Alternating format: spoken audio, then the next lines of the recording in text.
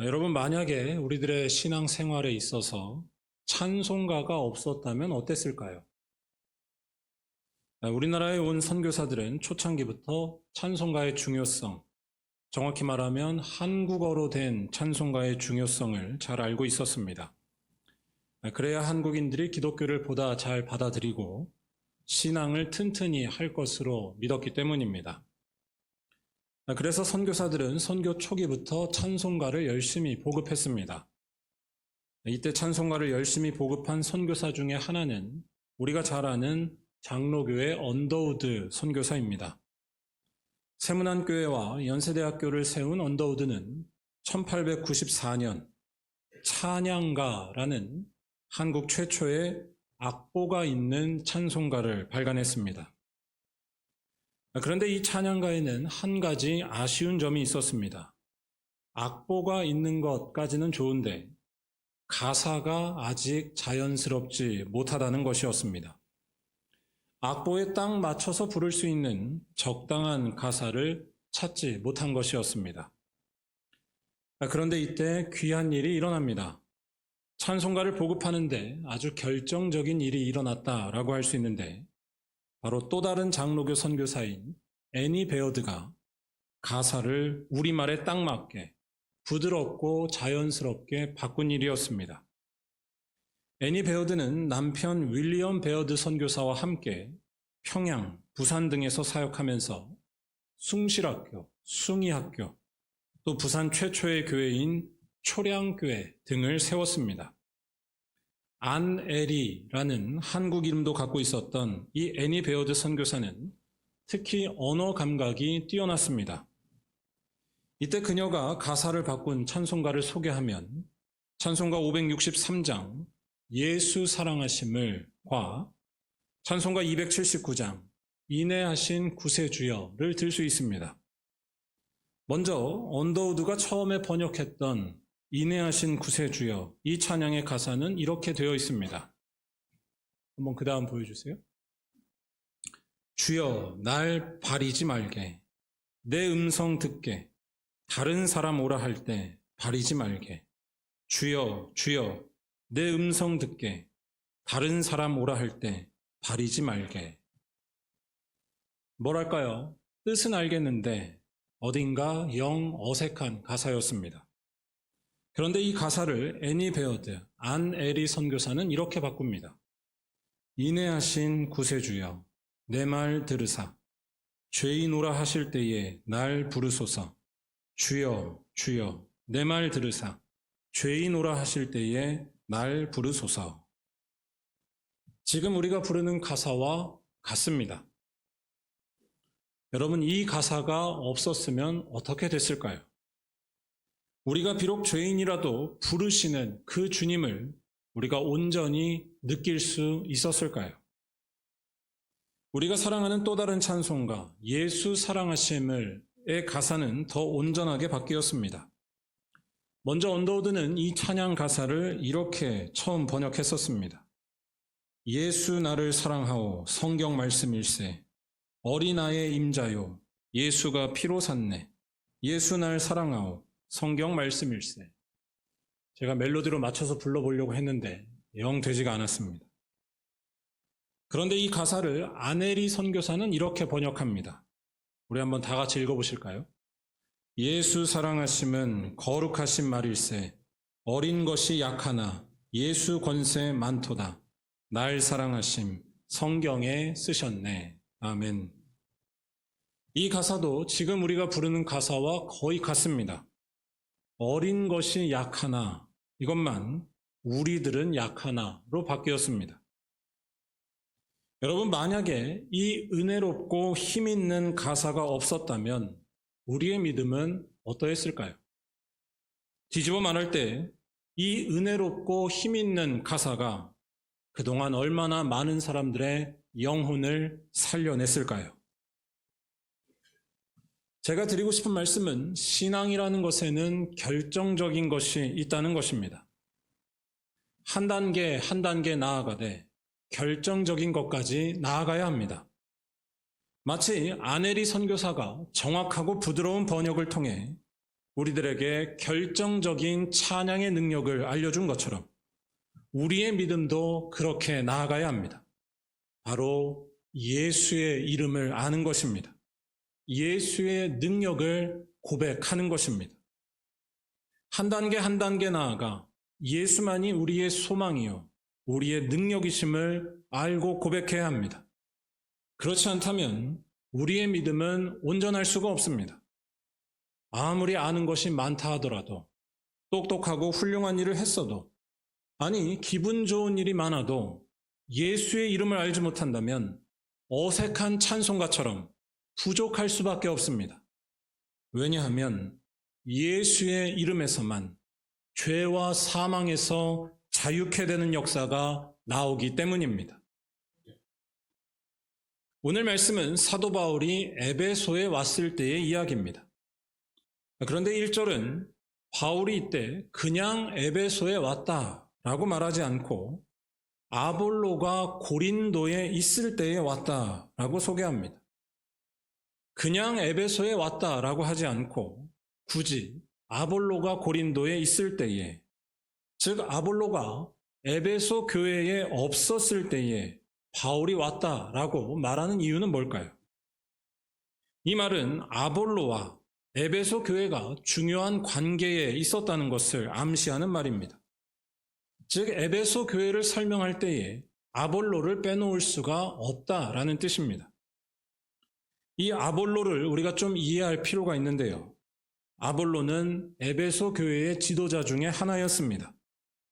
사도행전 18장 24절에 따르면 아볼로는 언변이 좋으면서 성경에 능통한 사람이었고, 그래서 18장 28절에서 아볼로는 에베소에서 활동할 때 성경을 가지고 예수를 힘있게 증언했다라고도 나옵니다. 그런데 사도행전은 이러한 아볼로에 대해 말하면서 한 가지 특이한 점도 같이 소개하고 있습니다. 18장 25절에 그가 요한의 세례만 알 따름이라는 말씀입니다. 요한의 세례만 알 따름이라. 아볼로라는 한 사람을 소개할 때 그가 성경에 대해 탁월하고 예수에 대해 잘 알았지만 단지 요한의 세례만 알고 있었을 뿐이었다 라는 이러한 설명은 괜히 나오는 것이 아닙니다. 이것은 일종의 배경 설명이라고 할 수 있습니다. 아볼로가 활동했었던 에베소 교회의 상황과 또한 당시 초대교회의 신앙적인 분위기를 엿보게 하는 것입니다. 바로 예수를 잘 알고 또한 믿기까지 했지만 세례 요한의 영향력이 아직 강하게 남아 있었다라는 것입니다. 오늘 말씀에도 그런 분위기를 추정케 하는 구절이 나옵니다. 바로 3절입니다. 무슨 세례를 받았느냐라는 바울의 질문에 에베소 교회 사람들은 요한의 세례만 받았다라고 답을 합니다. 이 말은 거꾸로 말하면 지금 에베소 교회가 요한의 세례만 알고 있던 아볼로에게서 많은 영향을 받고 있었다는 것을 보여줍니다. 이 요한의 세례라는 말이 오늘 말씀을 이해하는데 대단히 중요한데요. 다시 정리를 하면 요한의 세례는 초대교회 당시 아볼로와 같은 교회 지도자들과 또한 에베소 교회 같은 곳에서 중요하게 받아들여졌다라는 말씀입니다. 예수를 믿되 세례 요한이 말한 것도 아주 중요하게 받아들였다라는 뜻입니다. 아니 더 넓게 볼 때는 세례 요한의 뿌리가 되는 유대교 소종파의 영향력도 강했었고, 또한 세례 요한을 추종하는 이들도 교회 안에 꽤 있었다라고 말할 수 있습니다. 심지어 고린도 교회에서는 아볼로파가 등장할 정도였습니다. 다른 말로 하면 세례 요한의 추종자를 따르는 이들이 교회를 분열시키는 한 분파로 등장할 정도였습니다. 한마디로 교회가 하나로 통일된, 정돈된 모습이 아니었다고 할 수 있습니다. 예수를 믿되 여러 가지 서로 다른 주장들과 이질적인 분위기가 서로 혼합된 채 서로 경쟁하고 있었다는 것입니다. 일단 이러한 배경 사실들은 우리가 초대교회의 모습을 이해할 때 도움을 줍니다. 여러분, 초대교회는 처음부터 반듯하게 예쁜 모양으로 세워진 교회가 아니었습니다. 하늘에서 뚝 떨어진 교회가 아니었습니다. 사도신경도 그렇고 성경의 정경화 작업도 그렇고 오랜 시간과 과정을 거쳐서 정리된 것이었습니다. 무슨 말씀이냐면 완벽한 신앙 고백이 먼저 있고 그 다음에 교회가 세워진 것이 아니었다는 말씀입니다. 교회가 먼저 세워진 후 온전한 신앙 고백을 찾아가는 치열한 과정이 있었고 그러면서 정리가 됐다는 것입니다. 혹시 이런 말이 좀 의아하게 느껴지는 분들이 계실지도 모르겠습니다. 그렇게 말한다면 우리들의 신앙 고백은 사람이 정리한 사람의 것이 아닌가 하면서 그 권위에 의문을 던지는 것입니다. 흔히 신학교에서 배우는 신학은 교회에서 별로 필요 없다라는 분들이 그런 생각을 쉽게 갖곤 합니다. 하지만 그렇지 않습니다. 초대교회의 이러한 복잡한 역사, 신앙 고백을 찾기 위해 끊임없는 과정을 거친 역사는 오히려 권위를 부여해 줍니다. 이러한 역사, 진리를 찾아가는 과정이 하루아침에 이루어지지 않았음을 보여주는 역사는 결국 신앙의 토대가 어디에 있는지 가리키기 때문입니다. 바로 우리의 신앙은 한 개인의 경험이나 어떤 환경에 의존해 있지 않고 온갖 도전 속에서도 자기의 자리를 확보하면서 살아남은 초대교회 공동체의 특별한 경험에 그 토대와 뿌리가 있다는 사실입니다. 하나님에 대한 고백은 세상을 향해 열려 있되 자기의 자리를 잃지 않습니다. 세상을 무시하는 것이 아니라 세상을 초월하는 어떤 현실을 분명히 본 것이었고 그렇게 본 것이 치열한 진리 논쟁을 거쳐 살아남게 된 것이었습니다. 그리고 그 핵심은 예수에 대한 고백이었으며 삼위일체 하나님에 대한 고백이었습니다. 예수는 사람이면서 하나님이시고 또한 삼위 하나님이 서로 의존해 계신다는 이 고백이 초대교회가 포기할 수 없었던 고백이라는 것입니다. 우리들의 믿음은 여기에 기대어 있는 것입니다. 이러한 신앙 고백의 역사를 무시하고 그냥 나의 종교적인 감수성에만 치우치거나 아니면 개인의 열정이나 경험에만 기대는 신앙, 혹은 자기 좋을 대로만 성경을 보거나 기독교를 도덕적인 교훈 정도로 보는 것이야말로 위험한 신앙이 아닐까요? 다른 분들은 어떨지 모르겠는데요. 쉽게 말해서 저는 제 영성의 근거를 제 자신에게 두고 싶지 않습니다.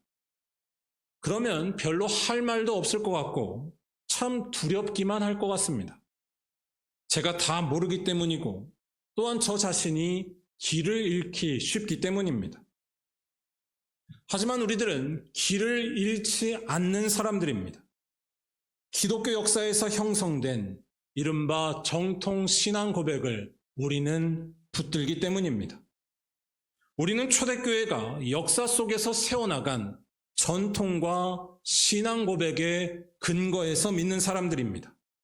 거기에 예수에 대한 온전한 믿음과 역사의 시작과 종말을 아우르는 참된 믿음이 살아있기 때문입니다. 오늘 말씀도 마찬가지로 볼 수 있습니다. 오늘 말씀은 초대교회의 치열한 역사, 그 흔적 중에 하나라는 것입니다. 세례 요한의 흔적이 진하게 남아있는 상황에서 신앙의 온전한 길을, 결정적인 길을 놓치지 않고 찾아간 초대교회의 치열한 역사 중에 하나라는 것입니다. 오늘 말씀을 다시 잘 보시기 바랍니다. 세례 요한의 영향을 받았던, 아니 심하게 말할 때는 세례 요한의 추종자라고도 할 수 있는 아볼로의 흔적이 많이 남아있던 것이 바로 에베소 교회였습니다. 그리고 그런 에베소 교회에서 바울이 와서 활동했던 것인데 이때 그는 에베소 교인들에게 중요한 이야기를 전합니다. 그들이 받아야 할 세례는 요한의 세례만이 아니며 요한 자신도 자신이 세례를 베풀었던 목적은 따로 있다고 분명히 말했다는 것입니다. 바로 예수의 이름으로 세례를 받는 것입니다. 예수를 믿는 것이 진정으로 중요하다는 것입니다. 이 사실을 말하는 4절과 5절 말씀을 우리 다 함께 읽어보겠습니다. 바울이 이르되 요한이 회개의 세례를 베풀며 백성에게 말하되 내 뒤에 오시는 이를 믿으라 하였으니 이는 곧 예수라 하거늘 그들이 듣고 주 예수의 이름으로 세례를 받으니 아멘. 일단 여기에서 우리는 큰 고민과 질문에 빠지게 됩니다. 요한이 베푼 세례는 뭐였을까요? 아니, 더 정확히 질문할 때 요한이 베풀었던 회개의 세례 정도면 괜찮은 사람이 될 수도 있고 이 세상도 더 좋아지며 그래서 그 정도면 만족해도 되는 것이 아닐까요? 요한이 베푼 세례는 4절에서도 말하고 있지만 회개의 세례였습니다. 회개를 선포한 세례 요한은 시대를 밝히는 의인이었습니다. 로마 제국의 무자비한 횡포와 유대 종교 지도자들의 타락과 부패가 심각해지는 상황에서 세례 요한은 광야에서 나타나 회개할 것을 외쳤습니다. 이 세상은 잘못되어도 한참 잘못되었기 때문에 하나님 앞에서 어서 회개하고 의롭게 살기 위해 변화해야 한다라는 것이었습니다. 그렇지 않으면 하나님의 심판을 피할 수가 없다는 강력한 선포를 했습니다. 우리 기독교는 이러한 세례 요한의 선포나 또한 세례 요한의 강조점을 중요하게 받아들입니다. 성경에서 세례 요한의 활동이 긍정적으로 소개되고 있고 무엇보다 세례 요한이 예수께 세례를 베풀었던 것을 강조하고 있는 것은 세례 요한이 선포한 메시지를 우리 기독교가 중요하게 받아들인다는 표시라고 할 수 있습니다. 하지만 기독교는 이 세례 요한과 연결되면서 동시에 분리된다고 할 수 있습니다. 무슨 말씀이냐면 인간의 삶이 아무리 회개하고 깨끗하게 변화한다 하더라도 그것만으로 우리의 영혼이 만족을 얻을 수 없다는 것입니다.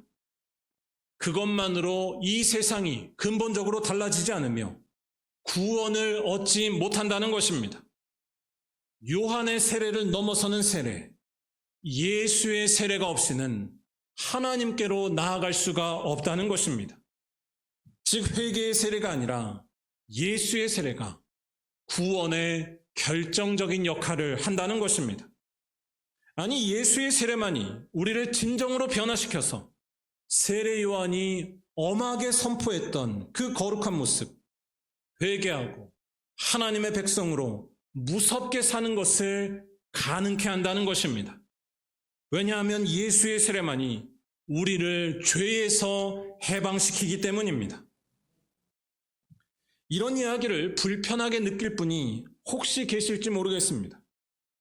예수 믿는다는 것이 별다른 것이 아니라 그저 다른 사람보다 좀 더 바람직하게 사는 것이라고 여긴다면 이런 말, 예수가 우리를 죄에서 해방시킨다라는 말을 좀 어색하게 느낄지 모르겠습니다. 물론 기독교는 상식적인 삶을 부인하지 않습니다. 잘못한 사람이 있으면 직접 찾아가 용서를 구하고 진정성 있는 삶을 살아야 합니다. 오히려 신앙을 핑계로 해서 나는 하나님께 용서받았다라고 하면서 그런 것을 피하고 도망가려는 모습은 비겁한 것일 뿐만 아니라 신앙이라고 말할 수도 없습니다. 정말로 좋은 나무라면 좋은 열매를 보고 알 수 있기 때문입니다. 그런데 기독교는 그러한 고귀한 삶, 이른바 요한의 세례가 아무리 소중하고 존경스러워도 그것 자체에서 구원이 나오지 않는다고 말합니다. 방금도 말씀드렸지만 좋은 나무에서 열매가 나오는 것이지 좋은 나무가 없이는 열매가 있을 수 없습니다. 여러분 다시 잘 생각해 보시기 바랍니다. 요한의 세례가 우리의 영혼을 만족시키고 참된 해방을 가져다 줄까요? 아니 왜 세례 요한은 회개의 세례를 베풀면서 그걸로 끝났다고 하는 것이 아니라 내 뒤에 오시는 이 예수를 꼭 믿으라고 말했던 것일까요? 제가 새해가 돼서 요새 읽는 책 중에 영혼을 세우는 관계의 공동체라는 좋은 책이 있습니다. 레리 크랩이라는 미국의 기독교 심리학자가 쓴 책인데요. 이 책은 인간이 갖고 있는 가장 큰 열망이 바로 안전에 대한 열망이라고 말합니다. 그런데 여기에서 말하는 안전은 단순히 위험한 일에서부터 안전한 물리적인 안전만을 말하지 않습니다. 그것보다는 우리의 존재 자체에 대한 안전을 말합니다. 뭐라고 할까요? 내가 괜찮은 사람인가에 대해서 긍정적으로 답할 수 있는 것입니다. 여러분 어떠신가요? 여러분은 괜찮은 사람이라는 것, 이른바 존재의 안전을 잘 지키고 계신가요? 그런데 여기에 대해 자신 있게 말할 수 있는 사람은 별로 없습니다. 이유는 간단합니다. 우리 모두에게는 상처나 슬픔이 있고 또는 실패한 경험이 있어서 거기에서 벗어나기가 힘들기 때문입니다. 뭐라고 할까요? 우리들은 우리의 상처와 우리 자신을 분리해서 보는 일을 잘 하지 못한다는 것입니다. 우리들의 문제, 우리들의 아픔이 곧 우리 자신이라고까지 보는 것입니다. 그래서 이런 사태 앞에 우리들은 여러 가지 부작용 같은 모습을 나타내기도 합니다. 일단 상처가 더 악화되지 않도록 자기를 보호하려는 욕구가 강하게 작용하기도 합니다. 좋아 보이는 척을 하거나 아니면 아예 외부와 단절되는 것인데 이건 둘 다 자기를 숨긴다는 것에서 똑같습니다. 또는 나의 그 상처를 이용하기도 합니다. 그 상처를 이용해 사람들이 자기를 돌보도록 상황을 몰아가는 것, 이른바 연민을 유도하는 것입니다. 모두 다 내가 안전하다고 말할 수 없는 상황에서 나온 빗나간 모습이라고 할까요? 아니면 또 다른 자기 보호의 본능이라고 할까요? 우리들의 깨어진 모습이라고 할 수 있습니다. 그런데 문제는 그런 것들로 상황이 달라지지 않는다는 것입니다. 자기의 상처에서 벗어나는 일은 그런 일들로 일어나지 않습니다. 오히려 거칠애와 가식이 많을수록 그 뒤에는 더 큰 불안이 따라올 수밖에 없습니다.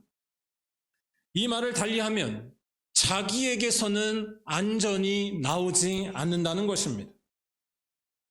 그런데 이 책은 이러한 모습이 있는 우리들이 새로워지는 순간이, 즉 비로소 안전해지는 순간이 있다고 말합니다. 바로 예수와 관계를 맺는 것입니다. 그런데 여기서 말하는 관계란 단순히 나를 위로해주고 어루만져주는 어떤 따뜻한 경험만을 말하지 않습니다. 그런 걸 포함하면서도 동시에 그걸 뛰어넘는 것이 예수와 관계를 맺는 것입니다. 바로 우리와 똑같이 상처를 받으셨지만 아름다우신 분, 그 예수를 똑똑히 마주하는 것입니다. 우리와 똑같이 상처를 받으셨지만 아름다우신 분을 보게 되는 것입니다. 그래서 그 예수를 통해 나 자신의 모습도 다시 볼 수 있는 용기와 자유를 얻는 것입니다. 예수 안에 있으면 상처가 있어도 아름답다는 것입니다. 내 상처가 내가 아니며 내 문제가 나 자신이 아니라는 것이 예수 안에서 보이는 것입니다. 그의 죽으심이 나의 죽음이며 그의 부활하신 생명이 나의 생명이기에 예수 안에 있을 때에 우리들도 하나님의 자녀로 불리게 된다는 것입니다. 즉 예수 안에서 해방되는 것입니다. 그리고 이런 사람이야말로 상처가 있어도 주님을 따라갈 수 있는 사람, 진정으로 의의 열매를 맺으며 살 수 있지 않을까요? 책에서 말하는 이 부분을 제가 한번 읽어드리겠습니다. 스스로를 보호하고자 하는 욕구, 누구도 우리의 상처를 악화시킬 수 없도록 그것을 숨기려는 욕구는 우리 마음에서 가장 강력한 욕구다.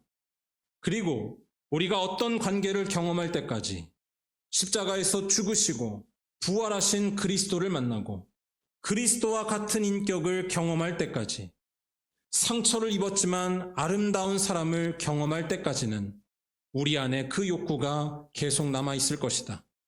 그 어루만짐은 말 그대로 그리스도의 아름다움이라는 훨씬 더 강한 확신을 가질 때에만 얻을 수 있다.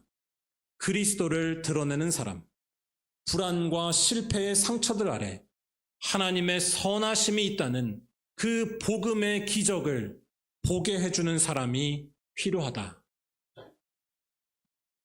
저는 지금 말씀드린 책의 내용에서 예수의 이름으로 받는 세례가 무엇인지를 잘 느끼는 것만 같았습니다. 예수의 이름으로 받는 세례는 죄에서 해방되는 것입니다. 자기 스스로 구원을 생산해야 한다는 논리, 구원은 하나님이 아니라 나에게 있다는 논리, 나의 업적과 명예, 재물과 권력, 건강과 아름다움의 생명이 있다는 죄의 논리가 오늘도 우리를 짓누르고 있습니다. 이걸 다른 말로 하면 이렇게 말할 수 있습니다. 높은 자리에 올라가고 많은 것을 부족함 없이 가졌으며 사회적으로 부끄럽지 않으면 행복할 수 있다는 것, 하나님을 너가 가질 수 있다는 것입니다. 즉 우리 스스로의 힘으로 구원을 획득할 수 있다는 것입니다. 하지만 이러한 논리가 다 깨어지는 일이 일어났는데 그게 바로 예수 십자가의 사건이었습니다. 아무런 업적도 아무런 명예도 갖지 못하시고 모든 것을 잃어버린 채 수치스러운 십자가에서 죽으신 분이 예수셨습니다. 하지만 그는 3일 만에 다시 살아나셨습니다. 죄의 논리로 치자면 실패와 절망으로 끝나버려서 아무것도 더 이상 할 수가 없어야 하는데, 아무런 행복이 없어야 하는데 예수는 가장 행복하셨다는 것입니다. 예수는 모든 것을 하실 수 있는 모습으로 살아나셨다는 것입니다. 그는 부활하신 것입니다. 그리고 이러한 예수를 통하여서 우리들에게도 새로운 일이 일어났다는 것이 바로 복음의 비밀입니다. 죄의 지배에서 해방되는 것입니다. 세상이 정해놓은 기준이 우리를 다스리지 못하고 어떤 상황과 환경에서도 예수 안에 있으면 아름다울 수 있다는 것입니다. 예수 안에 있으면, 예수의 말씀을 붙들고 그를 따르면 상처가 있어도 아름다우며 실패했어도 거룩한 삶이 되며 건강을 잃을지라도 절대로 부끄럽지 않게 된다는 것입니다. 자기 스스로 구원을 얻어야 한다는 죄와 사망의 권세가 깨지는 것입니다. 생명의 능력은 죄에 있지 않았으며 오직 다시 살아나신 예수께만 있기 때문입니다. 그리고 이와 같은 놀라운 비밀이 보이는 사람에게 삶의 기준이 이전과 같을까요? 죄의 논리에서 벗어난 이 사람이야말로 가장 의롭게 살 수 있는 사람, 상식을 넘어서 무섭게 의의 열매를 거두며 사는 사람이 되지 않겠냐는 것입니다. 오늘 말씀을 다시 잘 보시기 바랍니다. 6절에서 예수의 이름으로 세례를 받았을 때 에베소 교인들에게는 신기한 일이 일어납니다. 성령이 임하여서 방언도 하고 예언도 했다는 것입니다. 이 말씀에서 중요한 것은 방언이나 예언 같은 현상 자체가 아니라 성령의 임하심입니다. 이미 2절 말씀에서 에베소 교인들이 성령에 대해 전혀 몰랐다고 먼저 말하는 것은 성령의 중요성을 예고하는 말씀입니다. 또한 방언과 예언은 초대교회 당시 성령 받은 것의 표시였지 그 자체로 절대적인 것이 아니었습니다. 다시 말해 여기에서 중요한 것은 예수의 이름으로 세례를 받았을 때에 생명의 영을 경험했다는 것입니다. 성령이 곧 생명의 영이십니다. 무슨 말씀이냐면 예수의 이름만이 우리를 어떤 것에도 매이지 않게 하고 살아있게 하는 하나님의 능력이라는 것입니다. 설령 십자가로 가는 것 같아도 두렵지 않으며 설령 세상에서 볼 때 초라해 보여도 우리는 결코 불행해지지 않는다는 것입니다.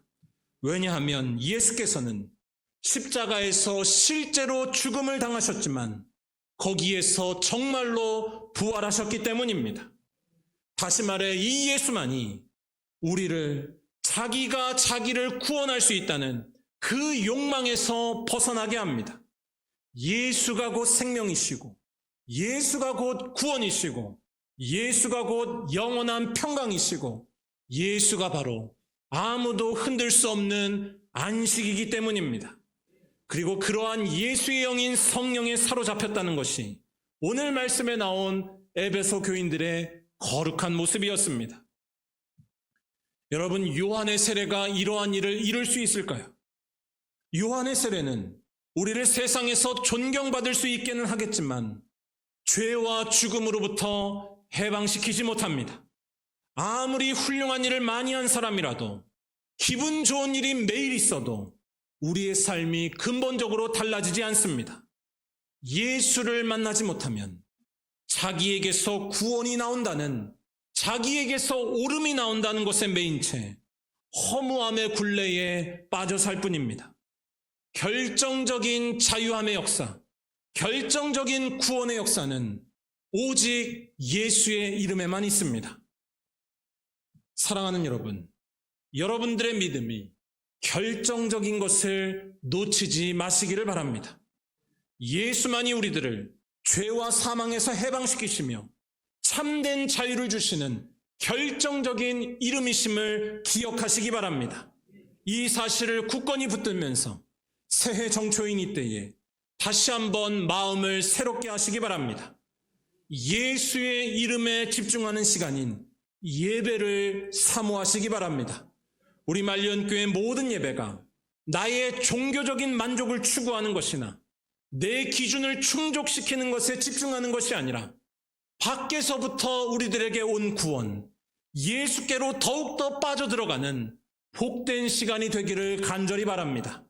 또한 예수의 이름이 인도하는 삶도 두려워하지 말고 나서시기 바랍니다. 바로 그분의 말씀에 순종하여 이웃을 섬기며 잘못한 사람에게는 용서를 구하며 외로운 이들을 위로하며 살아가는 것입니다. 아니, 진정으로 의로운 삶은 예수 없이는 불가능하다는 것을 잊지 마시기 바랍니다. 예수 안에 있을 때만 우리는 자기 욕망에서, 자기 집착에서 해방될 수 있기 때문입니다. 예수 안에 있을 때만 우리는 정말로 무섭게 세상을 섬길 수 있고 자기를 다 버릴 수 있다는 것입니다. 예수 안에 있으면 중요한 것이 더 이상 나의 의로움이 아니고 나의 업적이 아니고 오직 예수뿐이기 때문입니다. 그리고 그러한 믿음에는 생명의 영이 반드시 함께하는 줄로 믿습니다. 바라기는 이러한 믿음으로 결정적인 믿음을 놓치지 않는 여러분들의 2024년 한 해가 다 되시기를 주님의 이름으로 간절히 축원합니다.